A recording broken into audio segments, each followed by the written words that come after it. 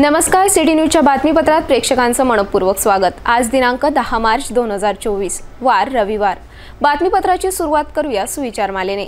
स्वतःचा विकास करा, ध्यानात ठेवा, गती आणि वाढ हीच जिवंतपणाची लक्षणे आहेत। आजचा सुविचार आपण बघितला। आता बघूया बातमीपत्रातील ठळक बातम्या।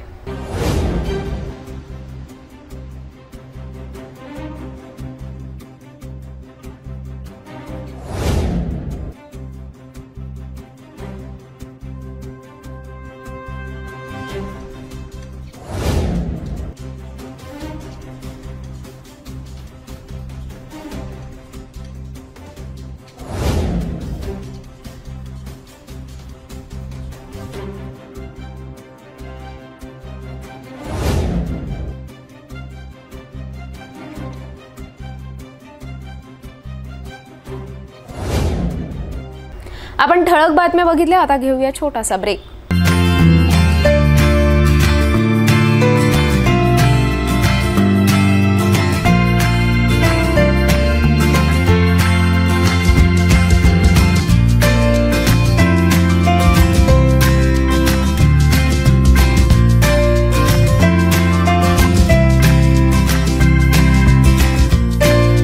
संपूर्ण लग्न बसता आराधना जवाहर रोड अमरावती। ब्रेक नंतर बघूया सविस्तर बातम्या। उन्हाळ्याची चाहूल लागताच आता अनेक ठिकाणी आग लागण्याच्या घटना घडत आहे। 10 मार्चच्या दुपारी अमरावती मुख्य बस स्थानक जवळ असलेल्या मनमोहन हॉटेलमधील गॅस सिलेंडरने अचानक पेट घेतला। या घटनेत हॉटेलमधील अनेक साहित्य जळून खाक झाले। आगीत हॉटेल मालकाचे लाखोंचे नुकसान झाले। अचानक सिलेंडरने पेट घेतल्याने हॉटेलमधील कामगारांनी बाहेर पळ काढला। घटनास्थळी अग्निशमन दलाने धाव घेऊन आगीवर नियंत्रण आणले। मार्च महिन्याची जेमतेम सुरुवात झाली असताना उन्हाचे चटके लागण्यास सुरू झाले।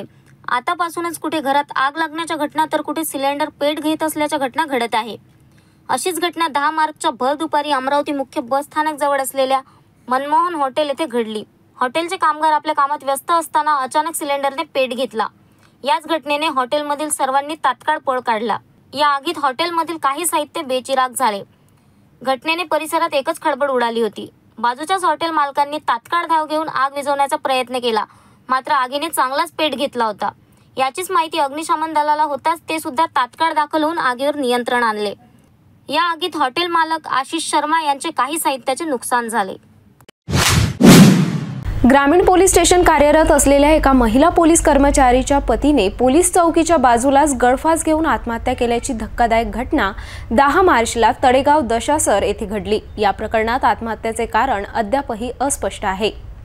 अमरावती ग्रामीण पोलीस स्टेशन हद्दीत येत असलेल्या तळेगाव दशासर येथे सकाळी स्थानिक पोलीस महिला कर्मचारीच्या पतीने पोलीस चौकीच्या एका बाजूलाच दोरीला लटकून गळफास घेऊन आत्महत्या केल्याची खळबळजनक घटनेची माहिती समोर आली आहे।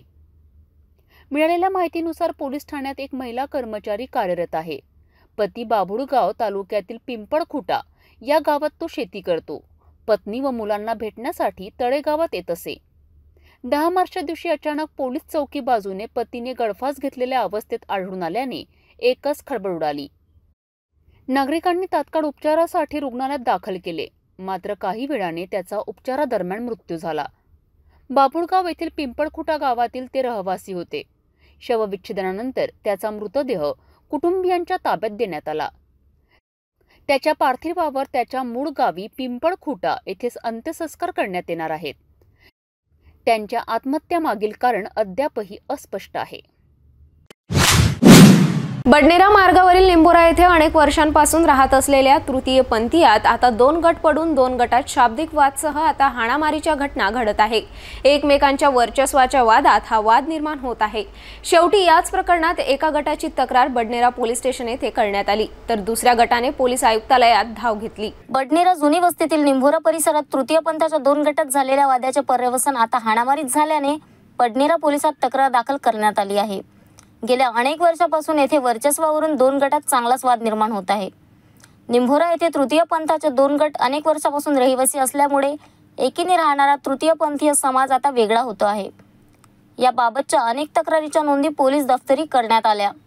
नुकताच या 2 गटात क्षुल्लक कारणावरून वाद झाल्यानंतर एका गटाने आम्रपाली गटाच्या विरोधात बडनेरा पोलिसात फिर्याद दिली असता बडनेरा पोलिसांनी आम्रपाली गटाचे बयान नोंदविण्यासाठी पोलीस स्टेशनला बोलाविण्यात आले। प्रसंगी तृतीयपंथी अस्तित्व किन्नर फाउंडेशनच्या अध्यक्षा आम्रपाली चौधरी व सहकाऱ्यांनी आपली प्रतिक्रिया सिटी न्यूजकडे स्पष्ट केल्या। बड्डीनेरा परिसरातील निंबोरा या ठिकाणी राहत असलेले तृतीयपंथी जे काही नागरिक महिला आहेत, ते जे तृतीयपंथी आहेत तर त्यांच्यावर अन्याय झालेला आहे आणि त्यांच्या विरोधात खोटी तक्रार केल्याचं त्यांचं म्हणणं आहे आणि त्यानुसारच बडनेरा पोलिसांनी त्यांना तिथे त्यांच्या तक्रारी संदर्भात बोलवलेलं आहे। आणि या संदर्भात माझ्यासोबत अस्तित्व फाउंडेशन तृतीय संघटनेच्या अध्यक्ष आहेत आम्रपालीताई। आम्रपालीताई, काय नेमका घटनाक्रम काय आहे? नमस्कार, मी आम्रपाली चौधरी, अस्तित्व किन्नर फाउंडेशनचे अध्यक्ष आहे आणि माझं अमरावती शहरामध्ये खूप चांगलं काम आहे। मी एक छोटीशी समाजसेविका आहे। निंबोरामध्ये आम्ही त्या दिवशी कोणत्या कामानिमित्त गेले असताना ॲक्च्युली माझं घर होतं तिथे, त्यांच्याकडे मी भाडं आणायला गेली होती। तर ते घरी नसताना मी दुसरीकडे इन्क्वायरीसाठी गेली तर त्या लोकांच्या गाड्या आल्या आणि ते लगेच आम्हाला येऊन शिवीगाळ करायला लागले। शिवीगाळ करायला लागल्यानंतर मी माझ्या चेल्यांनी म्हटलं त्यांना, तुम्ही आम्हाला शिवीगाळ कशाला करता म्हणे, त्यांच्याजवळ डबे वगैरे होते, कपाट आहे, कपडे आहे, द्या म्हणून, तर ते लोक दिले नाही। मग आम्ही तिथनं गेल्यानंतर ते लोक बडनेरा पोलीस स्टेशनमधून आमच्याबद्दल खोटी तक्रार इथे देऊन गेले आणि त्यांनी म्हटलं की माझ्या ग्रुपमध्ये नकली किन्नर आहेत। मला एवढं सांगा, संविधानानुसार जर एका पुरुषाला जर साडी घालून जगायचं असेल तर तो अधिकार त्याला संविधानाने दिलेला आहे। किन्नरच साडी घालून घुमेल हा अधिकार नाही आहे। एका पुरुषाला जर त्याची म्हणजे जीवन जगण्याचं असेल तर तो त्याच्या पद्धतीने जगू शकते, त्याच्यावर कुठल्याही प्रकारे प्रेशराइज आपण करू शकत नाही। आणि त्यांनी म्हटलं माझ्याकडे जर डुप्लिकेट किन्नर आहे तर त्यांनी प्रूफ करून दाखवा, माझ्याकडे डुप्लिकेट आहे तर त्यांच्याकडे ओरिजिनल आहे त्यांनी प्रूफ करून दाखवावं। मी फक्त पोलीस प्रशासनाला एवढीच विनंती करते की मला मेंटली टॉर्चर करण्यात येत आहे आणि त्यांनी जो हा शब्द उचललेला आहे माझ्याकडे डुप्लिकेट किन्नर आहे, आधी त्यांचं मेडिकल करा, त्याच्यानंतर आमचं मेडिकल करा, कोण डुप्लिकेट आहे आणि कोण ओरिजिनल आहे हे तुम्हाला समजेल। हे फक्त एक फंटूच चाले आहे, कारण की पॉईंट उचलायला भेटत नाही म्हणून डुप्लिकेट। बडनेरा पोलीस स्टेशनमध्ये आलात आणि बडनेरा पोलिसांनी आपल्याला काय सहकार्य केले या संदर्भात? आम्रपाली, बडनेरा पोलीस स्टेशनने आम्हाला बोलले की जेही काही रिपोर्ट झाला असेल खोटा त्याची आम्ही इन्क्वायरी करू आणि तुम्हाला योग्य ते न्याय देऊ। मुद्दा फक्त डुप्लिकेट आणि ओरिजिनल संदर्भात आहे की तुमचं काही? नाही, आमचं असं चालू आहे की त्यांचं म्हणणं असं आहे की तुम्ही अमरावती शहरामध्ये मागू नका। सोनाबाई हे मठ चालवतात तर त्यांना असं वाटते जे मठ अधिकारी किन्नर आहेत ते ओरिजिनल आहेत आणि जे मठाच्या बाहेर येतात ते डुप्लिकेट आहे। असं काही नसतात, किन्नर आहे। आणि त्यांचं म्हणणं फक्त एवढं आहे की दिवाळी, होळी, अदर तुम्ही जिथं बधाई प्रसंगी जाता ते जाऊ नका, ते अधिकार फक्त आम्हाला दिला, आम्ही मागेल। जर तुम्ही मागितला तर तुमचा मर्डर करेल। इव्हल त्यांच्याकडे जो जबलपूरवाला ढोलकवाला होता त्याच्या हातात बंदूक आणि रिव्हॉल्वरची फोटो ठेवलेले आहे, आम्हाला धमकी द्यायला आमच्याकडे प्रूफ आहे। आणि यांचं टॉर्चर आजपासून नाही, गेल्या 10 वर्षापासून आम्हाला टॉर्चर आहे। तुम्ही अमरावतीमध्ये मागू नका, मागितलं तर मारण। याच्या आधी सुद्धा त्यांनी आमच्यावर हमला केला होता। झाला हे वाटते निंबोरा येथील क्लिनर समाजाचे पूर्ण ग्रुप, इथे 2 ग्रुप आहेत। सोनाबाईचा ग्रुप आहे, एक आम्रपाली यांचा ग्रुप आहे। या दोघात नेहमीच भांडणं असतात, मात्र काल परवा झालेल्या भांडणात येथील दुसऱ्या ग्रुपने यांच्या विरोधात बडनेरा पोलीस स्टेशनमध्ये तक्रार केलेली आहे आणि या तक्रारीचं जे बयान आहे ते बयान देण्याकरता यांना इथं बोलवले होतं आणि त्यांनी पोलीस स्टेशनमधून सहकार्याची अपेक्षा व्यक्त केली। या संदर्भात माझ्यासोबत अजून तृतीयपंथी आहेत, आपल्यासोबत आपले केस कापलेले दिसतात, काय नेमकं कारण काय आहे? नमस्कार, मी प्रियानी श्रीवास बोलत आहे। मी राजापेठला राहते। हे सोनाबाई आणि गुड्डीबाई यांचे किन्नर सगळे येऊन माझ्या घरी माझे केस वगैरे कापले आहे आणि मला मारायची पण धमकी दिली होती। मी 6 ते 7 महिन्यापासून घरी बसली होती।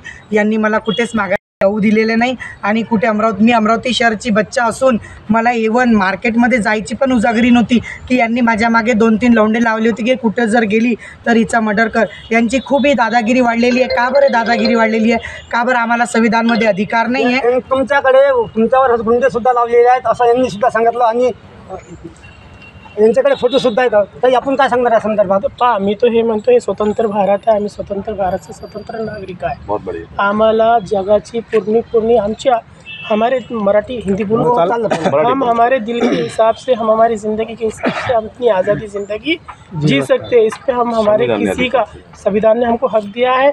इस पे ना ही हमारे माता पिता का, ना ही समाज के कोई ठेकेदार का या कोई शहर के बड़े दादा का या कोई राजनीति का हमारे ऊपर में दबाव नहीं बन सकता है। ये हमारा जीवन है। यानंतर आम्रपालीसह त्याच्या सहकारी विरोधात पोलीस आयुक्तालयात धाव घेऊन दुसऱ्या गटाविरुद्ध निवेदन सादर केले। अमरावती शहरातील पठाण चौक ते चित्रा चौक रस्त्यावरील उड्डाणपुलाचे काम सुरू होण्यासाठी अनेक वर्ष होऊन गेले. बांधकामाला सुरुवात सुद्धा करण्यात आली. मात्र याच कामाला कधी पूर्णविराम मिळेल असा प्रश्न आता येथील नागरिक व्यापारी करताना दिसून येत आहे. कुठे पूर्ण उड्डाणपूल तर कुठे अर्धवट, तर कुठे उड्डाणपुलाच्या कामाला सुरुवात सुद्धा नाही. अशात नागरिक कमालीचे त्रस्त झाले असून उड्डाणपूल कधी पूर्ण होणार असा सवाल आता नागरिक करीत आहे. लोकप्रतिनिधीचे दुर्लक्ष होत आहे असा आरोप सुद्धा करण्यात आला. अमरावती शहरात सर्वात आधी गाडगेनगर पंचवटी चौक येथील उड्डाणपूल दिलेल्या अवधीत पूर्ण करण्यात आला. यासोबतच राजापेठ उड्डाणपुलाचे काम सुद्धा मोठे आव्हान असताना तो पूर्ण बांधकाम करून वाहतूक सुरू करण्यात आली. तर बडनेरा मार्गावरील उड्डाणपुलाचे कामे पूर्ण होऊन सुरुवात करण्यात आली. मात्र अमरावती शहरातील पठाण चौक ते चित्रा चौक दरम्यान होणाऱ्या उड्डाणपुलाला कोणाची नजर लागली असा प्रश्न आता उपस्थित होतो आहे. अनेक वर्षापूर्वी येथील उड्डाणपुलाच्या कार्याचे आमदार सुलभा खोडकेसह प्रशासकीय अधिकाऱ्यांच्या उपस्थितीत भूमिपूजन करण्यात आले. आपल्या परिसरात उड्डाणपूल होणार या आशेने पश्चिम मुस्लिम परिसरातील नागरिकात आनंदाचे सूर दिसून आले.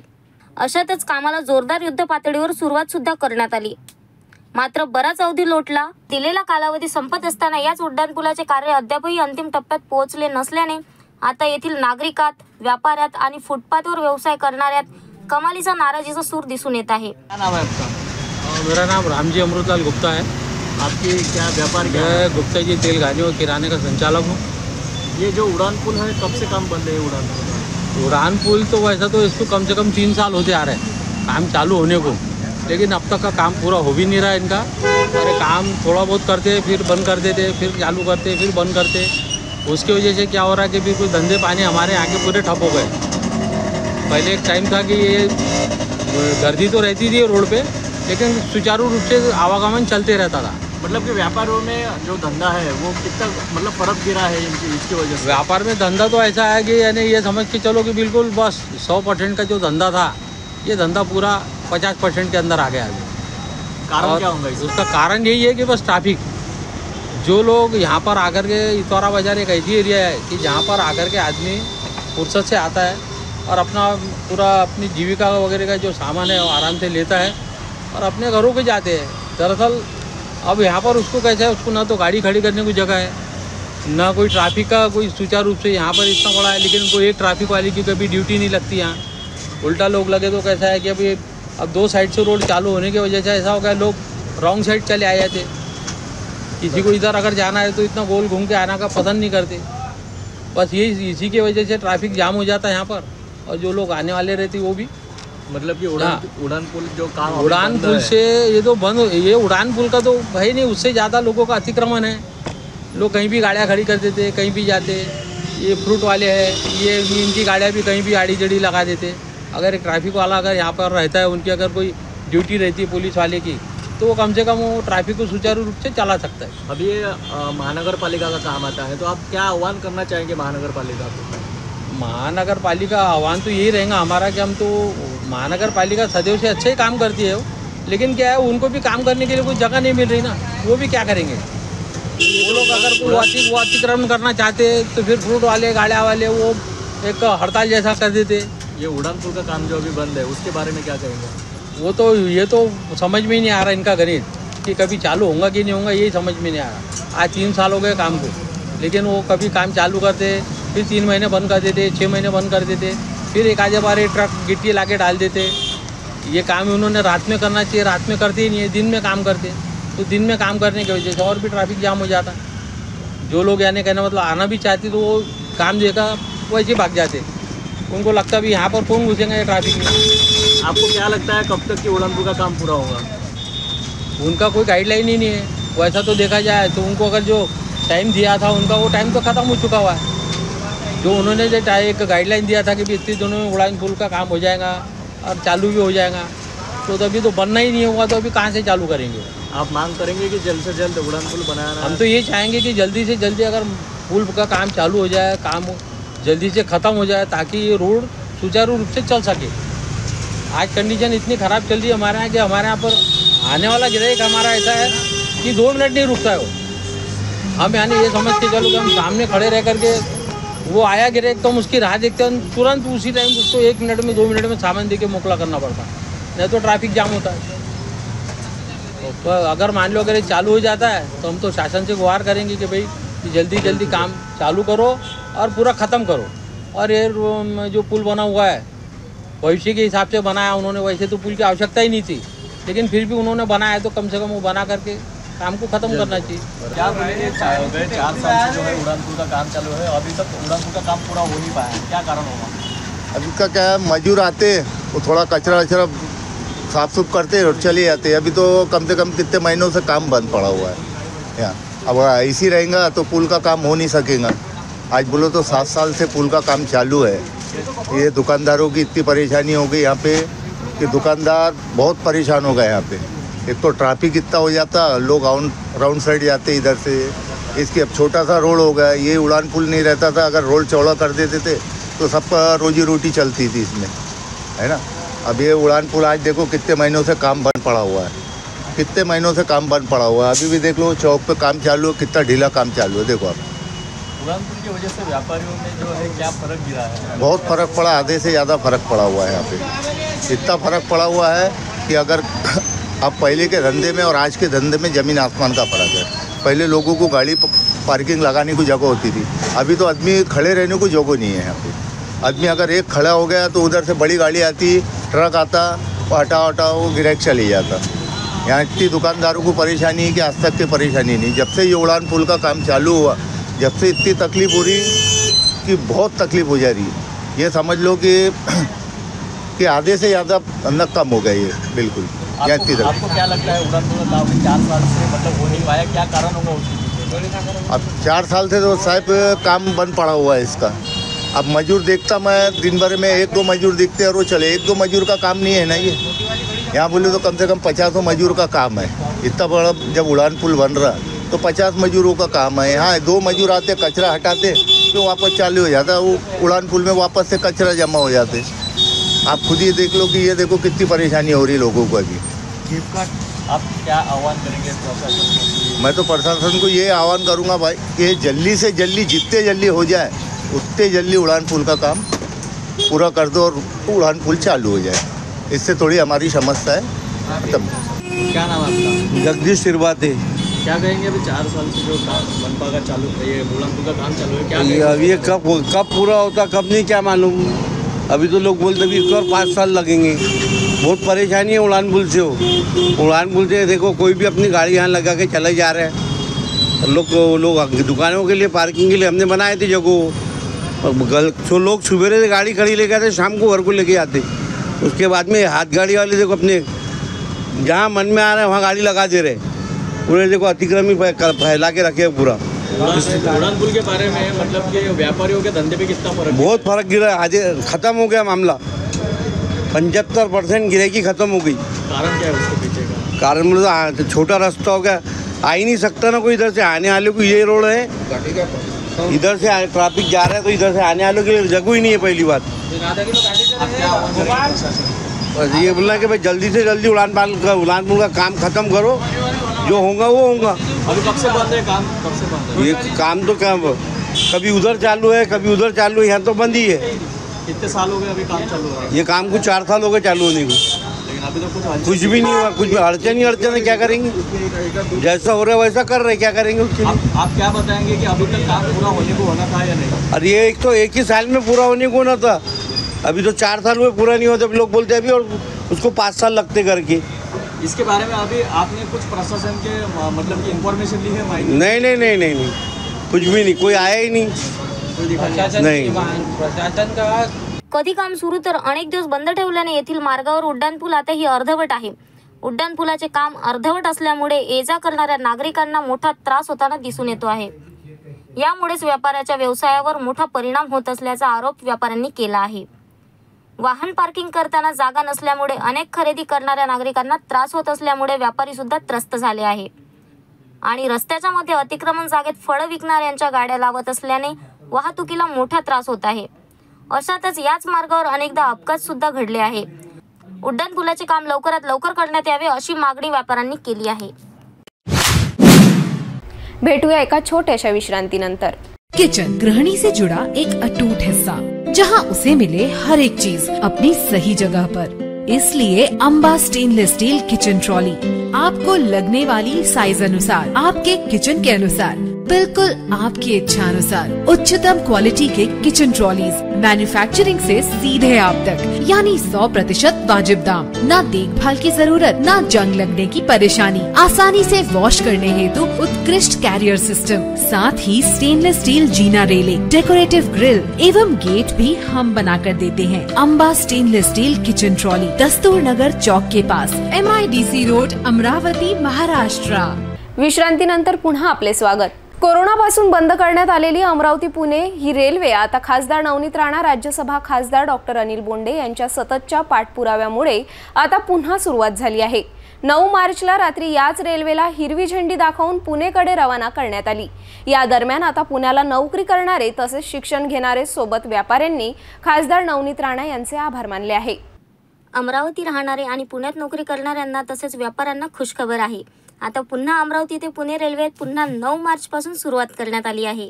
हीच रेल्वे कोरोनापासून रेल्वे प्रशासनाने बंद केली होती, ज्यात विद्यार्थी, नोकरीदार आणि व्यापाऱ्यांना पुण्याला जाताना मोठा त्रास सहन करावा लागत होता।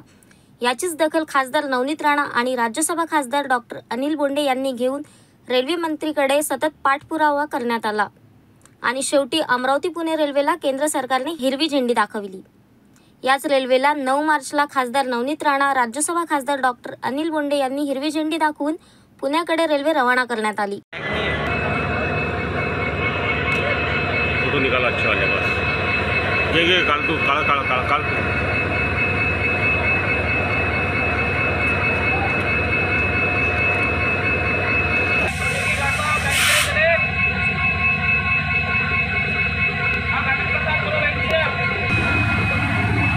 फोटो मार जब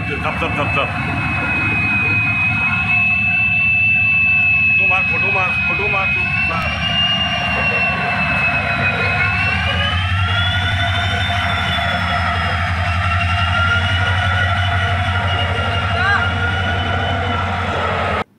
अमरावती पुणे ट्रेन क्रमांक 11406 या रेल्वेला आता सुरुवात झाली आहे।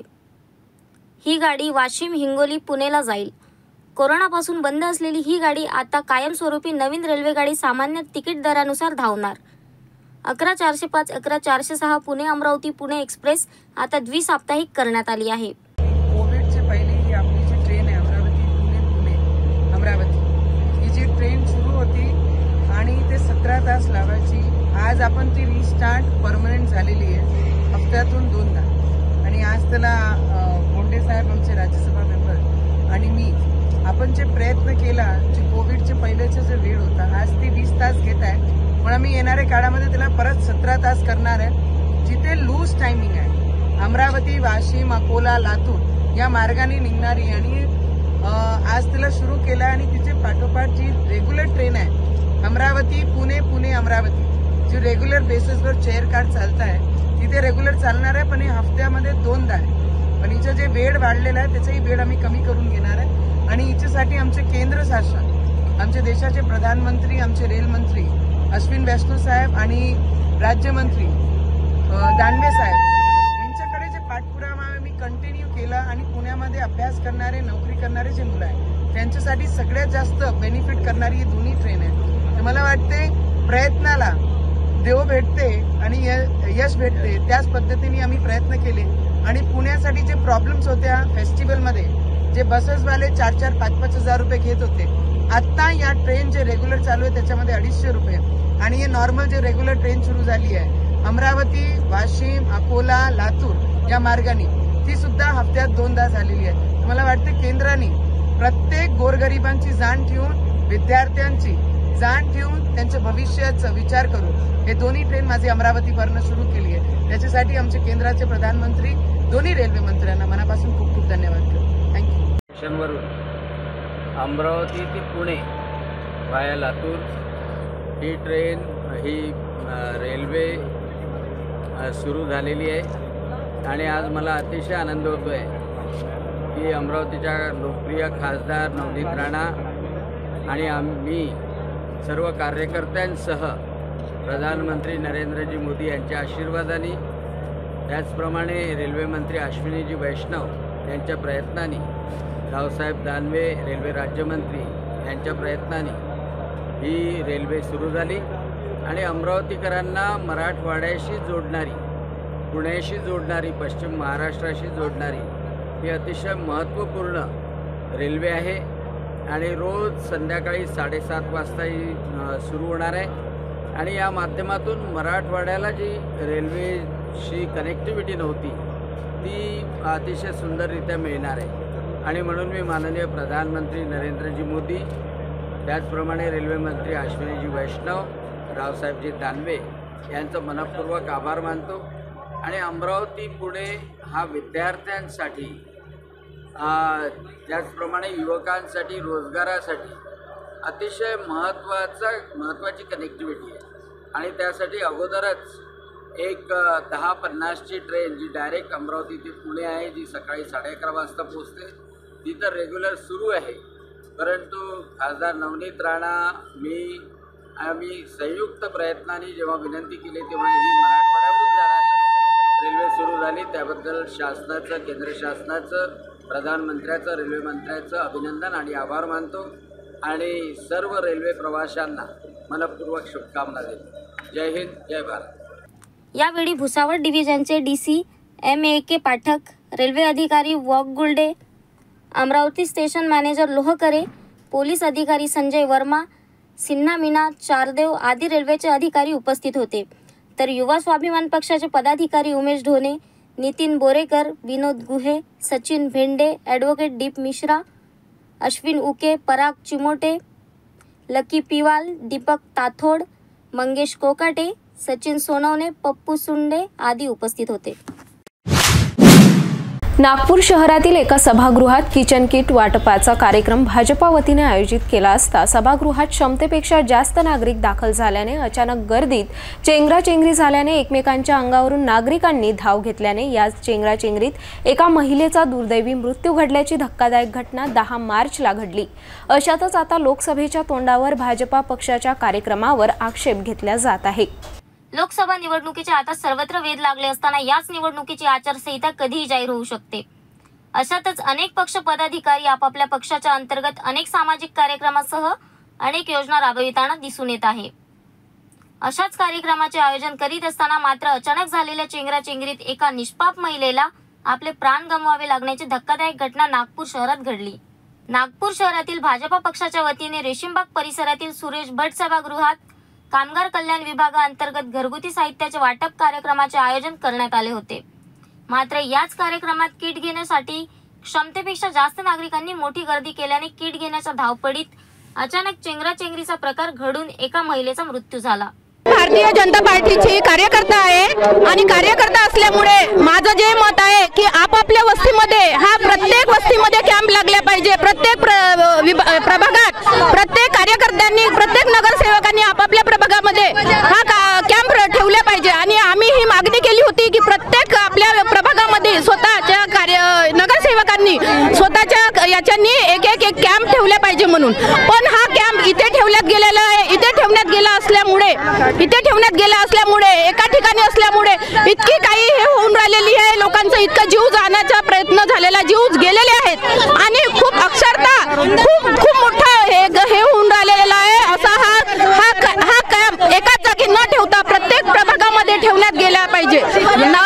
अन्यथा ठेवू नये कारण की सर्व प्रभागातले लोक येऊन इथे गर्दी जमा करत आहे, सर्व याच्यातले आणि बाहेरगावून सुद्धा लोक आलेले आहेत. म्हणून हा कॅम्प सगळ्या प्रभागामध्ये ठेवण्यात यावा ही विनंती मी भारतीय जनता पार्टीची कार्यकर्ता असल्यामुळे मी त्यांना आवेदन करतो की हा कॅम्प प्रत्येक प्रभागामध्ये ठेवण्यात यावा. त्यातही अनेकात धावपळ झाली. नागरिकांना सांभाळणे पक्ष पदाधिकाऱ्यांच्या आटोक्याबाहेर गेले. यात पोलिसांनी मोठ्या संख्येने घटनास्थळी धाव घेतली. सर्वत्र लावण्यात आलेले पक्षाचे कटआउट, बॅनरसह अनेक साहित्य अस्ताव्यस्त पडले. शेकडोची चप्पल बुटाचा खच पडलेला दिसून आला.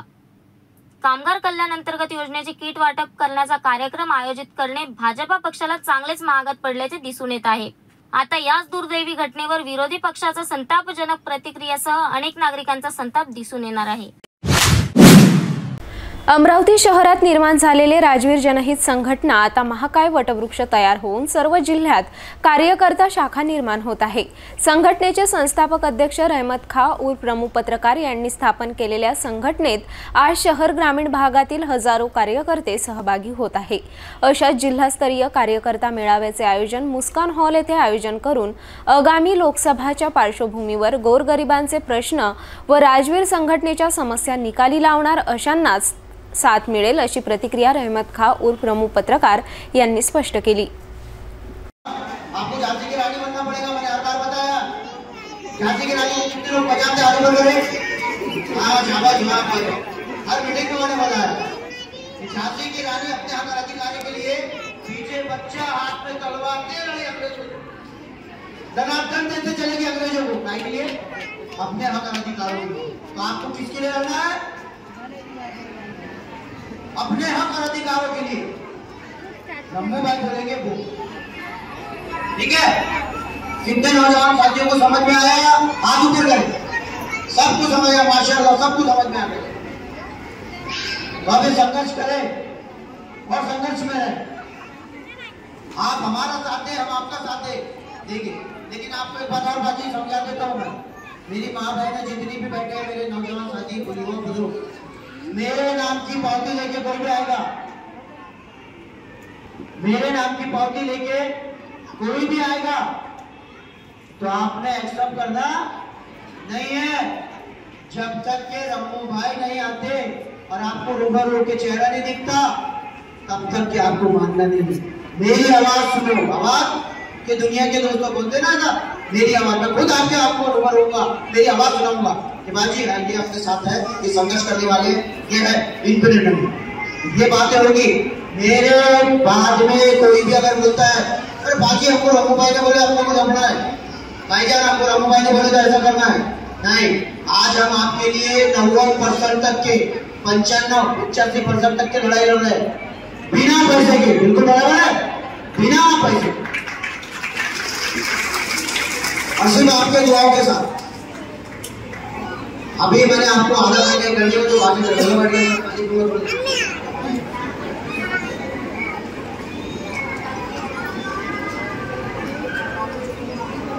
दिल तोड़ के कोई बताता है, दिल से बात करता है, जो गाँव की इबादत करता है, समाज की इबादत करता है। जिसको आपको साथ देना है वही दिल से बात करता है और मैं दिल से बात कर रहा हूँ। मेरे को आपसे कोई किसी भी चीज का मतलब नहीं है। मैं ये आपको और बात बता दूं, बहुत से नौजवान साथी में और हमारे माँ बहनों के दिल में दिमाग में कुछ बातें आ रही होंगी।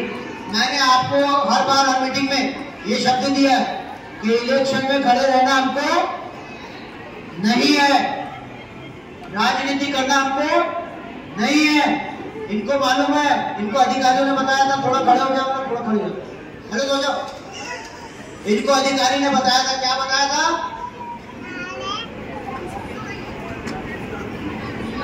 ये रम्मू भाई जिसके पीछे पड़ जाए वो बरोबर करके, और मैं जिस चीज के पीछे पड़ा हूँ वो करके जो मैं इनको अधिकारी पुलिस वालों ने बोले थे उनको रम्मू भाई बोलना पड़ता है। बोले रम्मू भाई ऐसा जिसके पीछे पड़ गया तो फिर छोड़ता नहीं। बोले आपको बोले 1 गिलास की जगह घर किराएदारों के लिए पड़ गया, बोले वो छोड़ेंगे नहीं। बोले आवाज ना, यहाँ से आवाज सुना, किसको पूछ के ले रहे हैं?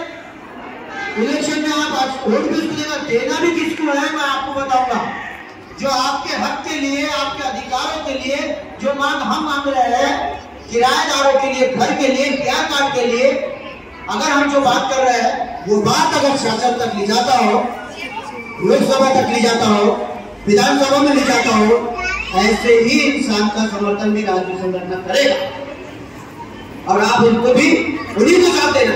लेकिन तब तक जब तक के राजनीतिक संगठन की टीम और राजनीतिक संगठन के रम्मू भाई ने बोले, ये बात ध्यान रखें आप। और इलेक्शन के समय में मेरा नाम का सौदा लेके आपके पास कोई भी आ सकता। बात आई समझ में?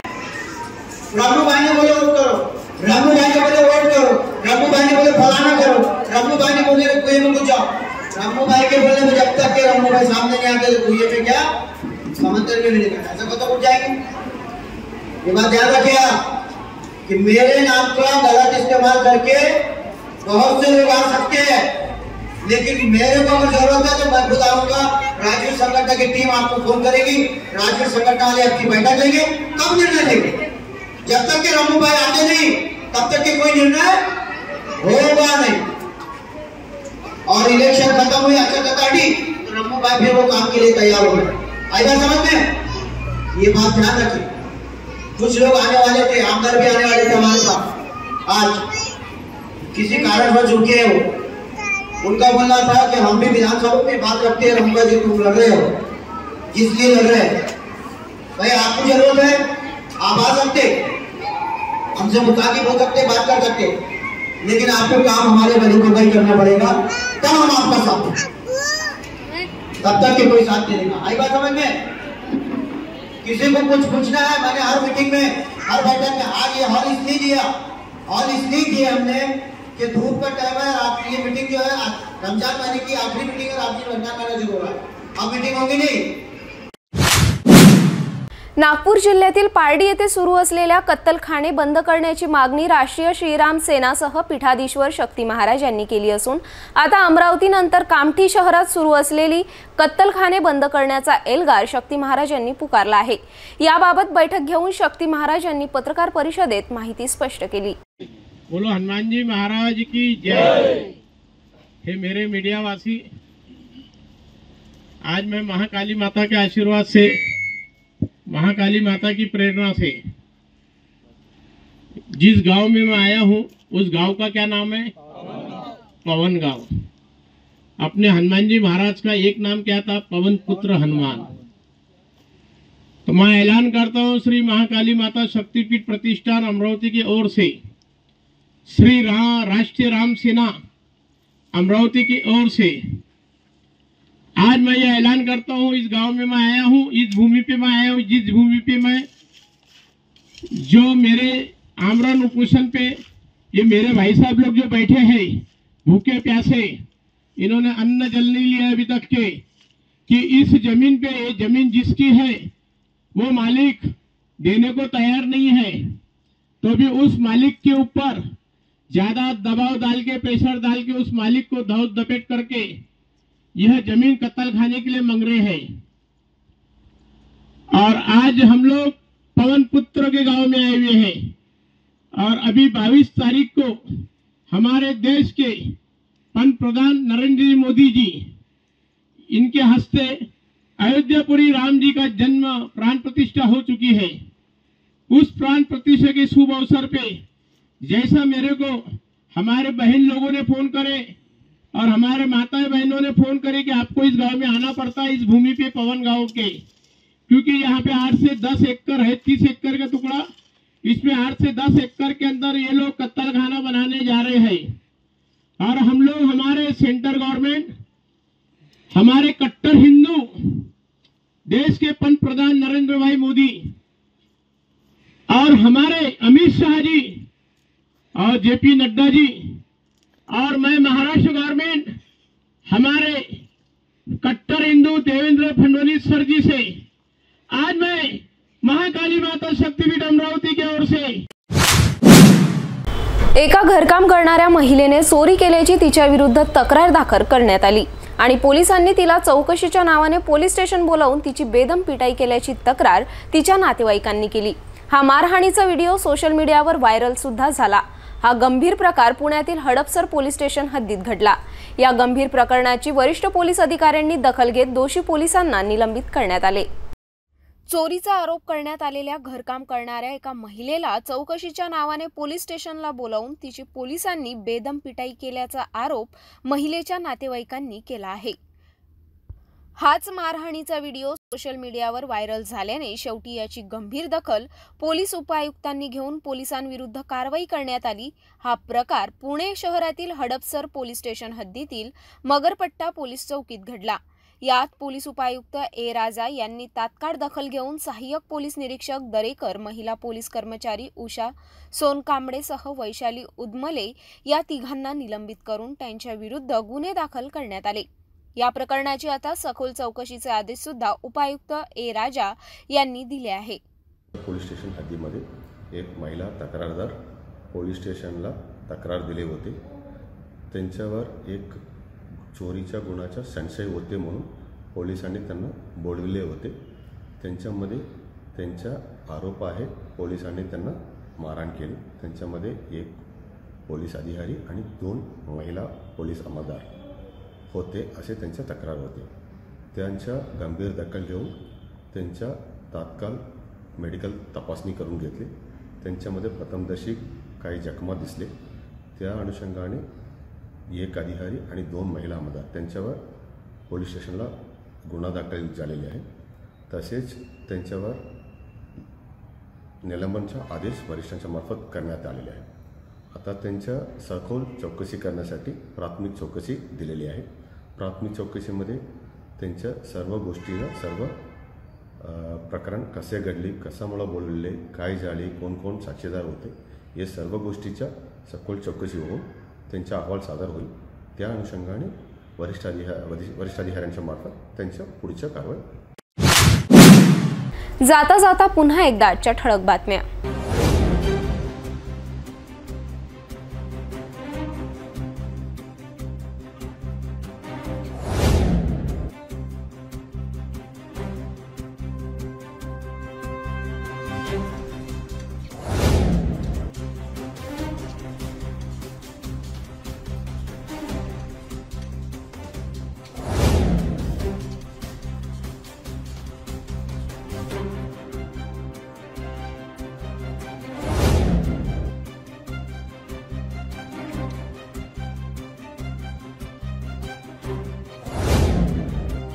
आपण आता सिटी न्यूज चॅनल आपल्या टीव्हीवर सुद्धा बघू शकता. यामध्ये GTPL channel number 73, fast way 256, city cable channel number 92 वर. जर आपल्या टीव्हीवर सिटी न्यूज चॅनल दिसत नसेल तर आपण आपल्या केबल ऑपरेटरशी संपर्क करावे. आपण सिटी न्यूज केबलच्या व्यतिरिक्त YouTube, Facebook, Instagram आणि ट्विटरवर सुद्धा बघू शकता. याकरिता सोशल मीडिया अकाउंट सबस्क्राइब करा, फॉलो करा, लाईक करा. YouTube अकाउंट सबस्क्राइब करण्याकरिता सबस्क्राइब बटनला क्लिक करा आणि बेल आयकॉन दाबायला विसरू नका, कारण सर्वात आधी समाचार आपल्यापर्यंत पोहोचणार आहे. तसेच सिटी न्यूजचे फेसबुक पेज लाईक करा, इंस्टाग्राम आणि ट्विटर हँडल फॉलो करा. आपण व्हॉट्सॲपवर सुद्धा सूचना देऊन न्यूज प्राप्त करू शकता. व्हॉट्सॲप नंबर खाली स्क्रीनवर येत आहे. हे बातमीपत्र एवढ्यावरच थांबूया. पुन्हा भेटूया नवीन घडामोडींसोबत. नमस्कार.